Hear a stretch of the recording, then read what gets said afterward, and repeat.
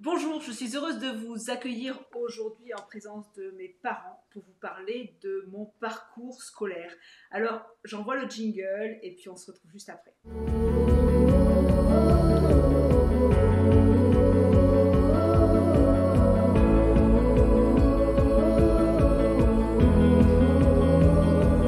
Footprints in the snow, I follow where you go.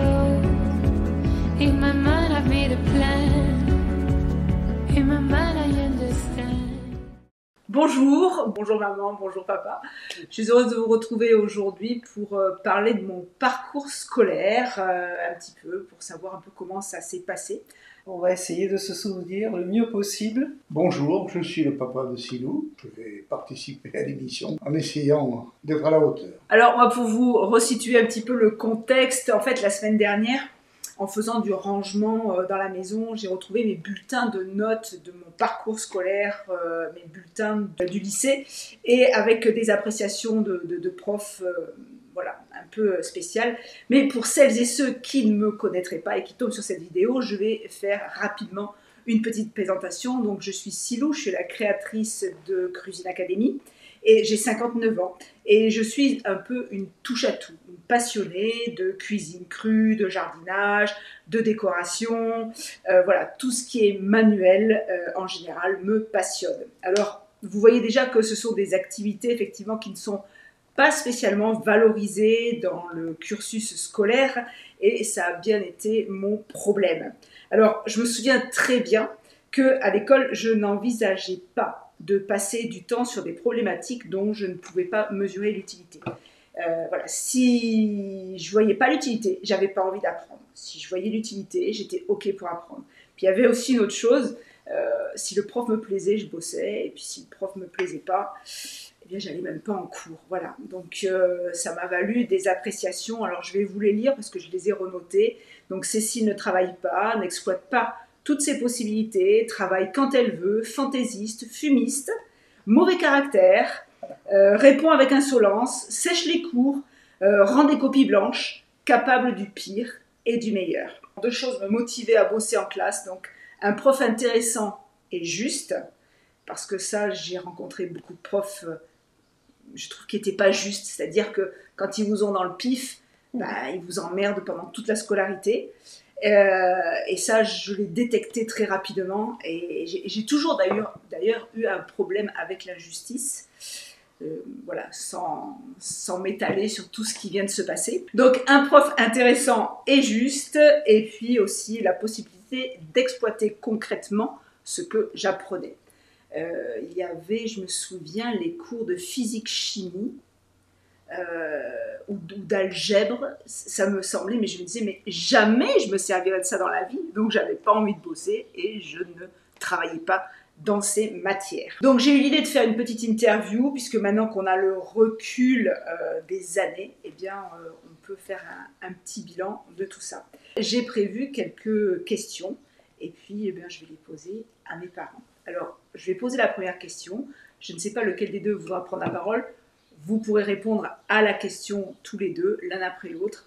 Donc ma première question, c'est pouvez-vous nous parler de l'enfant que j'étais et des difficultés auxquelles j'étais confrontée à l'école? Alors qui veut prendre la parole? Que dire Bon, d'abord, d'une manière générale, je ne me suis pas tellement occupé des enfants quand ils étaient jeunes. Donc, je regrette d'ailleurs. Si c'était à refaire, je procéderais sûrement différemment. Mais bon, j'ai le souvenir d'une petite fille qui n'était pas très très compliquée. Mais je dois dire que j'étais tellement absorbé, moi, par mon travail, mes responsabilités, que je ne m'en suis finalement pas tellement occupé. Et je pense que la maman pourra en dire davantage. La scolarité, disons que la petite école, ça a été très moyen. C'est-à-dire qu'on était dans un village où je pense que le niveau n'était pas très élevé non plus. Et puis Cécile, bon, elle travaillait quand elle avait envie, mais je pense que le primaire, ça n'a pas été un problème. C'est le secondaire qui a été un petit peu plus compliqué, parce que là, elle était en pension, et puis quand elle était à la maison, elle s'isolait dans sa chambre, et elle parlait. toujours dans son univers. Quand je lui demandais de venir m'aider, non, non, j'ai le temps, plus tard, je le ferai. Mais elle enregistrait tout. Et quand on est parent, on voudrait que les enfants soient à côté de nous, fassent ce qu'on leur dit de faire, alors qu'ils n'en ont pas envie. Et je pense que notre éducation était comme ça. Il fallait écouter les parents, il fallait travailler, même si on n'avait pas envie. Et Cécile, je travaillerai quand j'en aurais envie. Alors quand il y avait de mauvaises notes, on essayait de voir pourquoi il y avait des mauvaises notes. Elle ne répondait pas. On essayait de l'encourager en lui disant « si tu fais ça, tu auras ça ». Aucun effet. On la punissait, aucun effet. Et elle suivait, un peu comme les présidents chinois, là, une ligne droite qu'elle a suivie pendant fort longtemps. Alors, on va passer à la question numéro 2. Comment avez-vous réagi lorsque les professeurs ont exprimé leurs préoccupations quant à mon comportement et qui m'ont prédit un avenir incertain? En d'autres termes, quand vous receviez les bulletins de notes avec toutes ces appréciations fumiste, travaille pas, n'exploite pas toutes ses possibilités, tout, vous vous disiez quoi? Vous disiez, mon Dieu, mais qu'est-ce qu'on a mis au monde? Qu'est-ce qu'on va en faire? Non, quand on recevait ces notes, moi je me disais, elle n'a pas envie de faire des études. Ça fera une bonne manuelle. N'importe comment, moi j'étais pour le travail manuel, j'étais pas pour les études. Bon, si elle avait voulu étudier, elle aurait étudié. Mais je me suis dit, bon, elle trouvera bien un métier manuel, et puis ça ira. Hein. Et toi, je ne me suis pas posé plus de questions. Non, moi, j'en reviens à ce que je disais au début de l'entretien. Je ne me suis pas tellement occupé. Les bulletins de notes, je ne me souviens même pas les avoir vus ou les avoir signés. Je faisais peut-être confiance à maman. Je ne sais pas. Je ne me souviens pas. Tu ne te souviens pas de toutes ces mauvaises appréciations qu'il y avait? Tu t'en souviens pas du tout? Du tout. Bon. Bon, ok. Alors, quelles étaient vos principales sources de motivation pour croire en mon avenir malgré les doutes exprimés donc par le système scolaire? Je ne me suis pas tellement posé de questions. Je me suis dit, elle trouvera bien quelque chose qui l'intéressera. Pas en études, mais en manuel. Donc, en fait, la question, c'est le fait que je ne fasse rien en classe, qu'il y ait des mauvaises appréciations, ça t'inquiétait pas? Non, parce que je sentais que on pouvait pas t'obliger à faire ce que tu n'avais pas envie de faire. Donc, automatiquement, à un moment donné, tu aurais envie de faire quelque chose.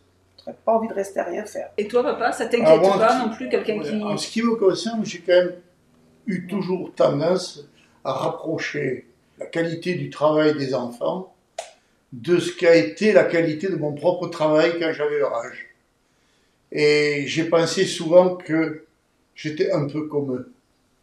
Et vous voyez, par exemple, pour ce qui me concerne, arrivé en troisième, je n'ai pas voulu continuer le lycée. Donc mes parents à l'époque m'ont envoyé travailler. Ça ne m'a pas empêché, dans la même société, d'y passer 45 ans, de commencer au bas de l'échelle, de terminer pas tout à fait en haut, mais pas loin, en ayant une bonne situation. Et donc je pense qu'à l'époque, je vais me dire que pourquoi pas la même chose pour mes enfants. Oui, donc finalement, vous, la réussite ne passe pas par l'école, en fait, dans votre façon de penser. C'est par la qualité de la personne. En tout cas, à l'époque, parce qu'aujourd'hui, il y a tellement de gens qui sont diplômés, entre guillemets, que si on n'arrive pas dans son curriculum vitae avec un diplôme quel qu'il soit, on passe pour... Oui, mais est-ce que tu ne crois pas qu'à mon époque, c'était déjà ça? Si on n'avait pas de diplôme, non. C'était moins vrai. C'était peut-être un petit peu plus vrai que du temps où j'étais au lycée, mais c'était sûrement important par rapport à aujourd'hui. Enfin, et donc, en fait, parce que souvent les parents disent oui, moi j'aimerais bien que mon fils ou ma fille fasse ça et dirige un peu les enfants. Vous n'aviez pas d'idée préconçue de dire voilà, ma fille je voudrais qu'elle fasse ça, mon fils je voudrais qu'elle fasse ça. Ça ne vous... Moi je voulais que tu fasses un métier qui te plaise, quel qu'il soit. Et on ne demandait pas des diplômes comme on demande maintenant. Pas autant. Maintenant, on te dit, si tu n'as pas le bac, tu ne peux rien faire. Nous, on en parlait du bac, mais ce n'était pas quelque chose d'important. Parce qu'on se fiait à ce qu'on voyait autour de nous. Il y avait beaucoup de gens qui n'avaient pas du tout fait d'études et qui réussissaient. Donc pourquoi toi, tu n'aurais pas réussi, compte tenu que tu avais une idée, tu suivais ton idée. On ne la connaissait pas, mais tu la suivais, cette idée.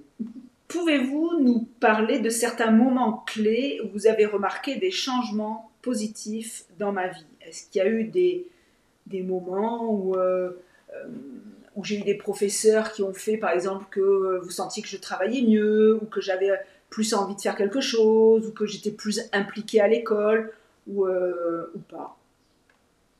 On part à la petite école où un professeur a dit « Cécile, dans la vie, ou elle réussira vraiment, ou alors elle fera rien. » Mais je pense qu'elle avait ajouté « J'ai confiance. » Il y avait quelque chose qui faisait que celle-là, elle avait compris ton caractère, elle sentait qu'il y aurait quelque chose qui te ferait avancer. Parce que donc, du coup, il y avait ce comportement à l'école. Donc, tu m'as dit tout à l'heure que tu n'étais pas d'accord quand des profs disaient que j'avais mauvais caractère. Ah non, non, tu n'avais pas mauvais caractère. Je ne suis pas d'accord avec ça. C'est pas avoir mauvais caractère, c'est ne pas réagir quand on lui disait quelque chose. Elle avait des yeux qui en disaient long. Ah, quand tu regardais, oh punaise. Vraiment, on se disait, elle a quelque chose en tête. Mais tu n'étais pas insolente. Jamais, tu n'as jamais été avec les profs. Hein. En fait, l'insolence, pour eux, c'était de ne pas faire ce qu'ils me disaient de faire. Ok. Mais moi, j'avais tellement été habituée à essayer de rentrer dans le cadre. On m'avait tellement dit qu'il fallait faire ça, comme ça, comme ça. Je me disais, pourvu qu'elle y arrive, parce que c'est toujours difficile quand on n'écoute pas. Et alors, quand j'étais avec d'autres enfants, par exemple, alors là, on parle de quand j'étais plus petite, quand j'étais avec d'autres enfants, c'était quoi mon comportement Ça se passait très bien avec les autres enfants. Mais c'était toi le chef. C'était toi le chef. C'était toi qui... Déjà, je dirigeais, j'organisais. Ouais. Quand tu étais petite, je t'ai fait une robe de princesse. La première des choses que tu as fait avec la robe de princesse, tu as pris la ceinture avec le revolver, et puis tu as dit, c'est moi le shérif. Et tu étais en robe de princesse. Eh ben oui. Donc ça détermine un caractère particulier. Je sais pas. C'est pas la petite fille modèle, hein. C'est le taureau qui fonce. Comment pensez-vous que j'ai réussi à surmonter les obstacles et à trouver ma voie malgré les prédictions pessimistes? Je crois que tu voulais montrer à ton père surtout que tu pouvais y arriver. Tu avais un challenge, j'ai l'impression, vis-à-vis de papa, plus que vis-à-vis de moi. Tu voulais y arriver, montrer que je suis capable de faire quelque chose, même sans avoir fait d'études. Je sais pas, ça, j'ai pas l'impression. Ah, moi je sais. Peut-être plutôt vous montrer que j'étais capable de faire... Enfin, attendre plutôt votre reconnaissance, de dire enfin que je faisais quelque chose de bien, mais vous prouvez... Moi, j'ai senti ça, que tu as voulu... Alors, quels sont les traits de personnalité et les compétences que vous avez remarquées chez moi et qui ont contribué à mon succès? Est-ce que déjà toute petite, vous avez vu des traits de caractère qui laissaient présager, je sais pas, que j'allais être chef d'entreprise ou que je pourrais mener une carrière, peut-être pas sur le web, ça je pense pas que vous auriez imaginé un jour que votre fille fasse quelque chose sur le web. Non, moi je pense que il y a une caractéristique largement dominante dans ta personnalité, c'est l'opiniâtreté, car elle est nécessaire et indispensable pour arriver à pas mal de choses dans la vie. Et ça tient ça de toi. Et ça, les chiens ne faisant pas des chats. On va parler de cette période où je me suis lancée dans la cuisine crue, donc j'avais une cinquantaine d'années. Quand je vous ai dit que j'allais donner des cours de cuisine, vous avez pensé quoi? Quand je vous ai dit que j'allais développer une entreprise et que j'allais gagner de l'argent avec ça, vous en avez pensé quoi? Moi, intérieurement, je ne pense pas avoir réagi comme ça spontanément, verbalement vis-à-vis de toi. Mais intérieurement, je me suis dit, j'espère qu'elle ne se trompe pas, c'est bizarre de donner des cours de cuisine crue, c'est des choses dont on ne parlait pas. C'était tout à fait nouveau, oui. Et bon, dans mon fort intérieur, j'espérais et je souhaitais que tu réussisses, ce qui heureusement a été le cas. Et toi, tu avais une idée c'était pas la cuisine crue, moi, je pensais que tu allais réussir avant. C'était la cuisine différente de la cuisine qu'on peut connaître, une cuisine meilleure pour la santé. Tu avais eu l'exemple d'une personne qui travaillait beaucoup et qui gagnait bien sa vie. Et quand tu m'as annoncé ce qu'elle gagnait, Je dis, mais si elle pouvait gagner ça, ce serait formidable. Depuis, ça a été tout à fait différent. Tu t'es lancé dans le creux au moment où presque personne n'en parlait. Ouais. Donc il a fallu que tu apprennes tout, toute seule. Mais que je crée, oui. Eh bien oui. Et après, quand j'ai créé quand je vous ai dit je vais être centre de formation, ça vous a parlé, vous vous souvenez de cette époque ou, Oui, oui, oui. Mais je me souviens surtout des difficultés administratives que tu as eues pour te faire agréer comme centre de formation et pouvoir bénéficier de l'utilisation des CPF. C'est une période où... Là, moi, je me souviens d'une fois où tu m'avais dit que si tu n'avais pas vu de tes propres yeux les chiffres et comment ça se passait, j'aurais pas cru. J'aurais pas cru. Bien Tu l'aurais sûr. pas cru. Je confirme, bien sûr. Ça te semblait bien incroyable sûr. cette. Bien sûr, bien sûr. Oui, oui. C'est ce qu'on n'imagine pas, c'est l'importance du marché. Et jusqu'où ça peut aller en demande. On n'imagine pas, surtout à notre âge, on n'est pas de la génération Internet, et donc tout ce qui arrive avec les nouvelles techniques, ça nous passe un peu au-dessus de la tête, quoi. Mais on est obligé de, quand on a les chiffres devant le nez, on est bien obligé de reconnaître. Et alors, tu vois, des fois, je me dis, là, quand on repense aux appréciations des profs, quand je vois quand même aujourd'hui, pour développer une entreprise sur le web, d'ailleurs, vous voyez tout à l'heure, quand vous m'avez vu installer toutes les caméras et toutes les compétences qu'on a besoin d'avoir développées, d'avoir acquis. Et quand tu penses que les profs les profs te disent t'es bon à rien, t'arriveras à rien, vous ne savez rien faire, et qu'il y a toujours... Parce que moi, ce que je voudrais faire passer dans cette vidéo, c'est on croit qu'il y a toujours une filière, donc un moule dans lequel il faut rentrer, il faut faire du français, de l'anglais, des maths, de l'algèbre, de l'histoire, de la géo. Moi, aujourd'hui... et à notre époque, du latin et du grec. Voilà, oui, moi aussi, j'avais le latin, j'avais pas le grec, j'avais anglais, allemand, latin, arabe... Oui, mais peut-être que ta tête était suffisamment dégagée de choses inutiles pour que tu te consacres vraiment à ce que tu faisais. Parce que l'informatique, tu connaissais pas beaucoup d'informatique quand tu as commencé. C'est pas je connaissais rien du tout. Puis ça t'intéressait pas non plus. Et ça ne m'intéressait pas du tout. Alors, mais moi, c'est ça parce qui m'a que le plus étonné. à un moment donné, quand tu comprends que pour faire ce que tu veux faire, tu as besoin de cette compétence, tu vois l'utilité d'apprendre parce que tu vas l'utiliser. Si moi, quelque chose dont je n'ai pas besoin, je n'utilise pas mes neurones là-dessus si ça ne m'intéresse pas. Mais en peu de temps, tu as mis énormément de choses. Mais parce que c'est vrai, c'est faut aussi dire que toutes les personnes qui réussissent, quel que soit le domaine, quand on devient excellent dans un domaine, on a forcément travaillé plus que les autres. Et on en revient à l'opiniâtreté dont je parlais tout à l'heure. Et oui. C'est grâce à ça. Si tu fais pas la volonté. Si tu fais pas plus, en fait, tout est. Je pense que tout est réalisable presque pour n'importe qui à partir du moment où on est passionné et où on a aussi cette confiance en soi. Oui. Tu as toujours eu confiance dans ce que tu faisais. Voilà. Ça dit, je vais y arriver. Ça, moi, je suis consciente tu fonces. Que j'ai toujours eu confiance en ce que j'entreprenais. Je le dis d'ailleurs souvent dans mes stages. Je le dis aux filles, je dis, quand j'entreprends quelque chose, je ne laisse pas de place au doute. Tout à fait. Ouais. Je ne laisse pas de place au doute. Ce qui fait que, globalement, c'est passé à chaque fois. À chaque fois j'entreprends. Moi, ça m'a vraiment étonné l'informatique.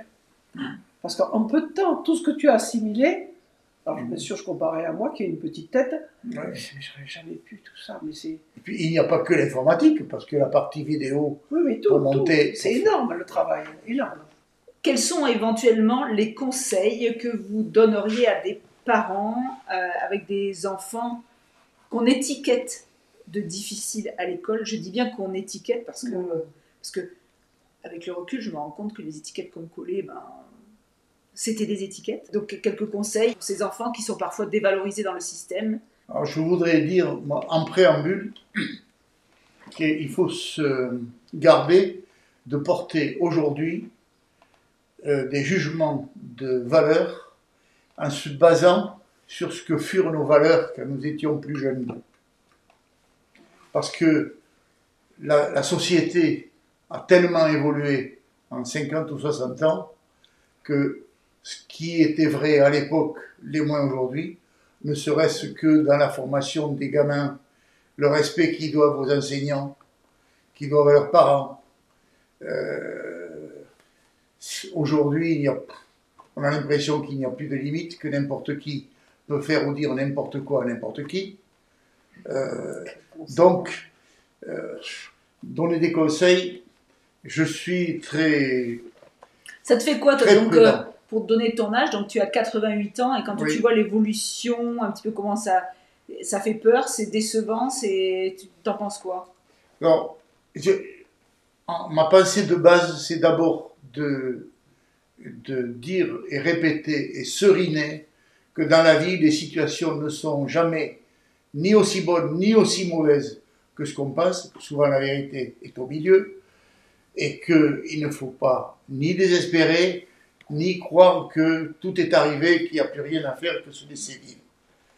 Donc, il faut quand même être toujours conscient qu'il faut travailler, qu'il faut être opiniâtre, qu'il faut travailler. tendre vers le but qu'on s'est fixé.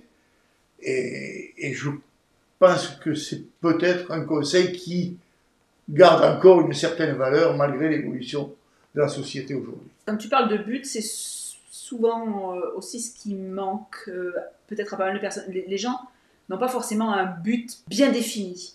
Et je pense que quand on n'a pas un but bien défini, enfin en tout cas, moi je le vois comme ça, Oui, donc t'attends. c'est difficile d'élaborer une stratégie Bien pour sûr. l'atteindre.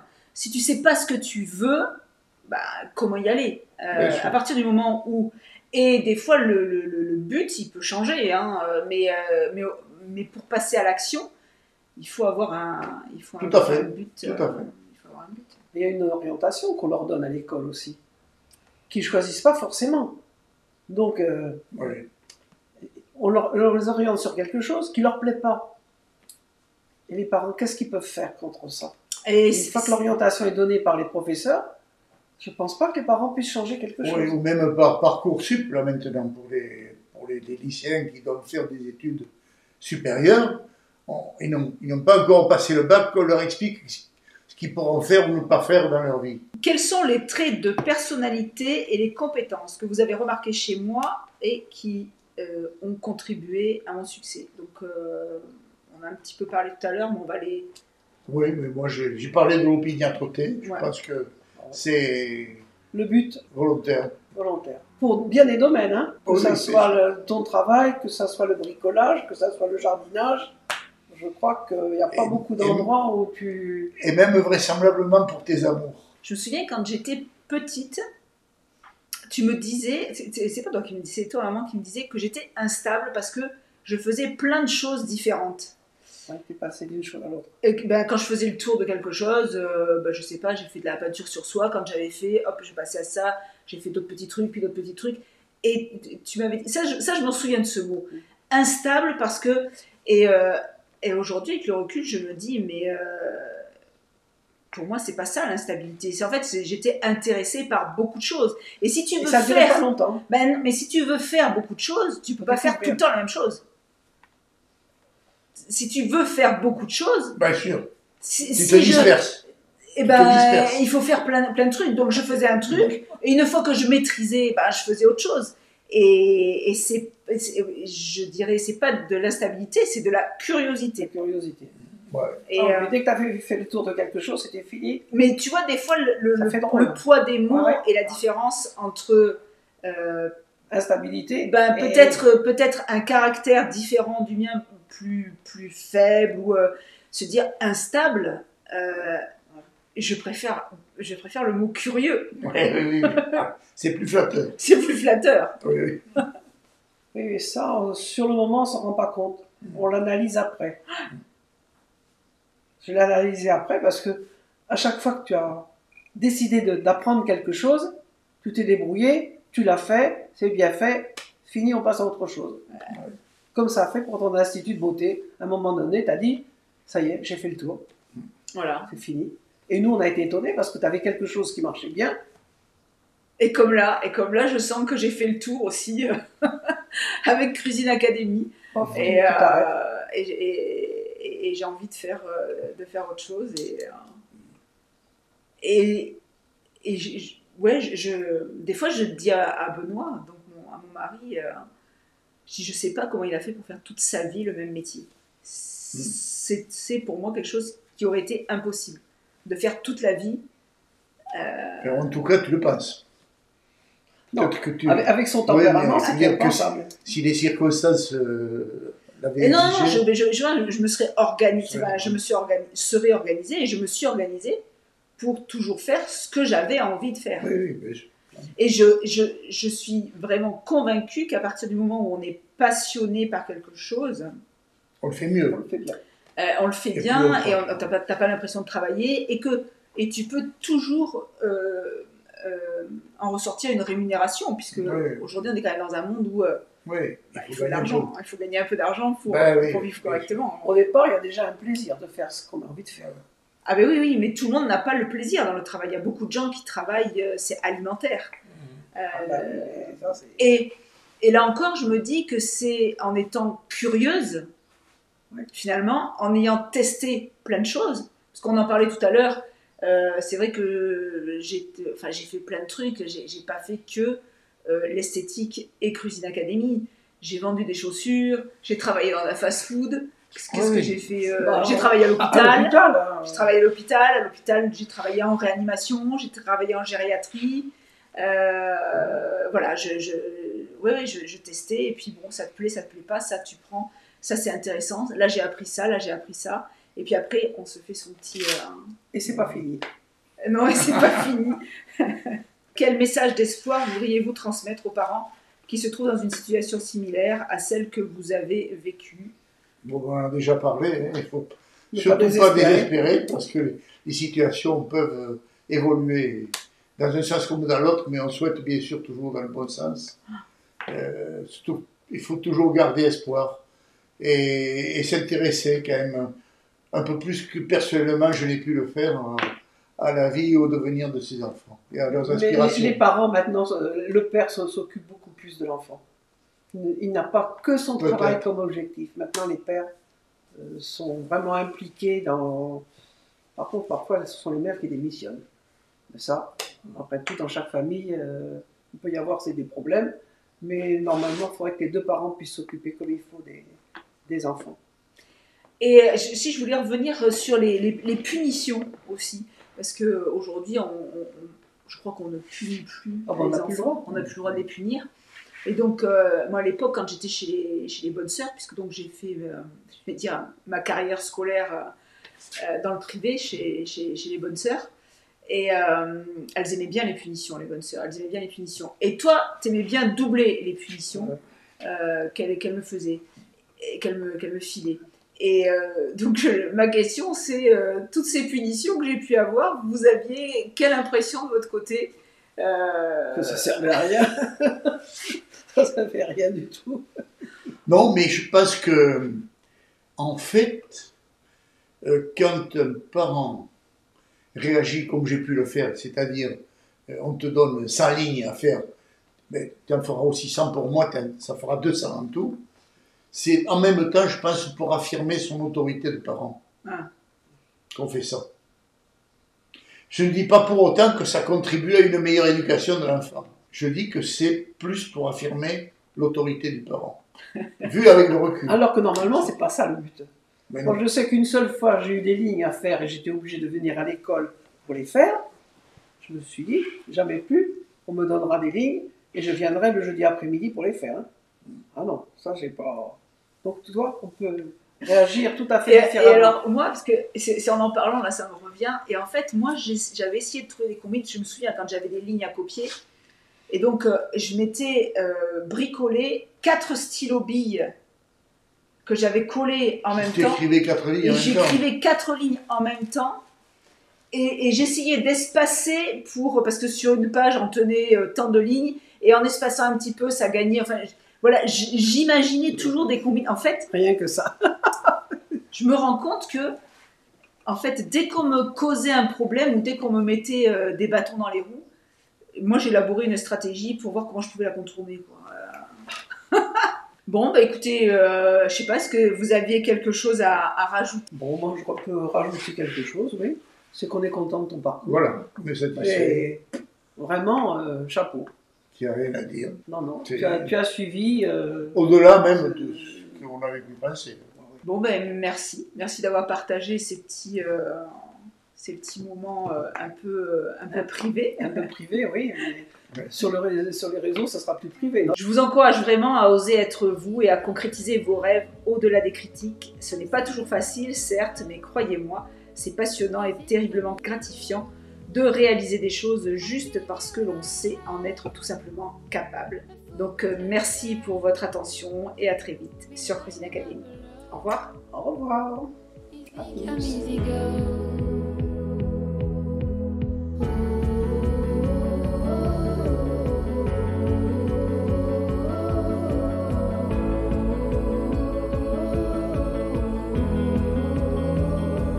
Footprints in the snow. I follow where you go. In my mind, I've made a plan. In my mind, I understand. Take me back to the start. To mend the broken heart. To see what I've become. To right the wrongs I've